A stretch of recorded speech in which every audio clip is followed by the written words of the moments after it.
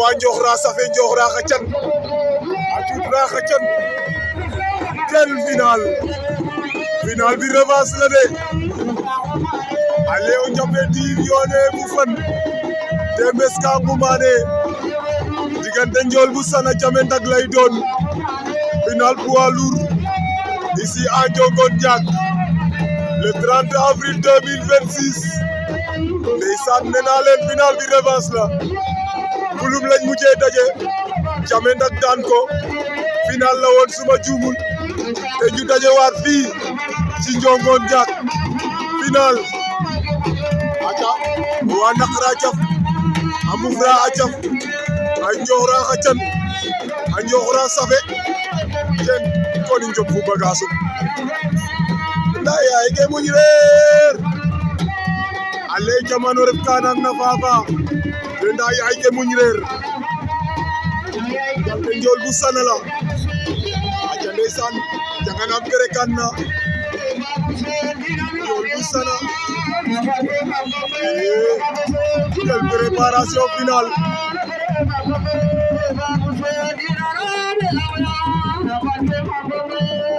mais daa mel ni Ndiamé bu Ndak pare na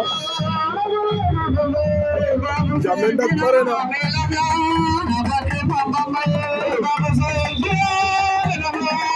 Ndiamé Ndak pare na ndeysaan moo ngi noonu ale Babou Sène dina naami lam la aca ndeysaan doomu Ndak Gandiaye baa ngi noonu ko di Ndiamé aca wa Ndiokhra safe bo mandi diggante Ndiamé Ndak ndeysaan ak ki nga xam ne moom moo di Ndiol bu Sana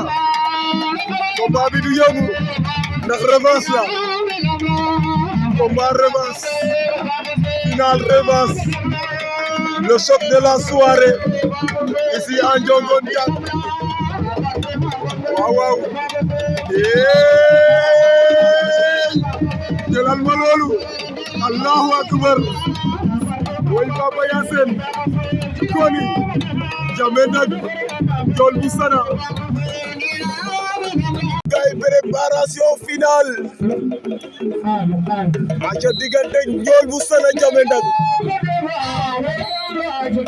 ale yaya ko ndegwa kono yadwa jikande ram diggante Ndiol bu Sana Ndiamé Ndak Gandiaye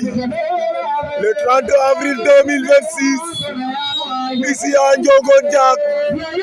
aca ndeysaan ñoo ngi bëgg waa Ndiogone Diack di leen siyaar rawatina sama mag gi Ndey Sarr bëgg naa ko siyaar naa ko aca di bëgg Ibou Kor Mbade rawatina président bi nga xam ne moom moo jiite lamb ji muy Amady Thior aca maa ngi koy bëgg di ko siyaar aca di bëgg Biram Faye sama policier bi di bëgg am de tenue yëpp képp kuy sol tenue rek maa ngi lay bëgg di la siyaar aca ndeysaan di bëgg sama président fan si club muy Mouhamed Sarr borom Sirmang ndeysaan di bëgg waa Sirmang koni aca ndeysaan di bëgg tamit ki nga xam ne ale caw caw ay rendez-vous na bo Ndangaan Samu diggante Ndiol bu Sana Ndiamé Ndak nee naa leen combat bi revanche la Ndiamé Ndak moo ko daanoon mulum aca tey ñu dajewaat fii nga xam ne moo di Ndiogone waaw aca képp kuy bëgg Pape Sarr rek wala Mbulum TV maa ngi koy bëgg di ko siyaar di leen kontaane aca di leen wax ngeen yokku abonné yi bës cloche de notification yi ndeysaan bu ko defee li ñu dugal rek di ngeen bokk si ñi koy njëkk a jot waaw aca sama gars yi rendez-vous suba Gandiaye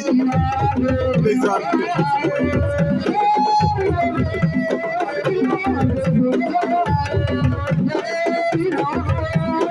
diggante Ndiol bu Sana Ndiamé Ndak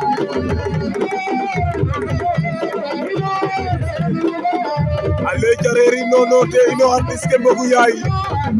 loolu message la pour képp koo xamante ne artiste nga rek di am ci looy yëngatu ak say morom loolu message la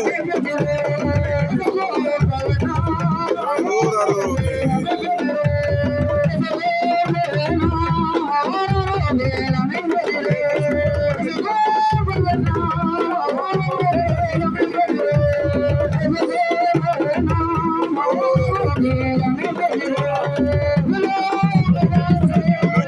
wala ngane Jol bu Sana Jammeh nag leen combat bi mënul yomb waaw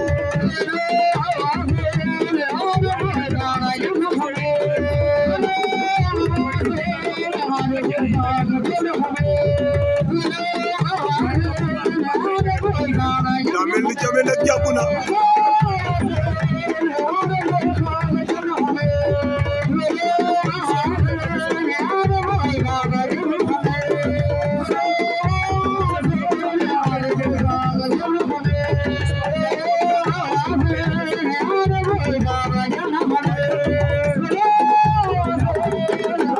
Jammeh nag jàpp na mu ngi koy dajale Jammeh nag mu ngi koy dajale Jammeh nag dal na ko sees rëcc na war na ko ndombo dal na ko Jammeh nag dal na ki nga xam ne moom moo di Ndiol bu Sana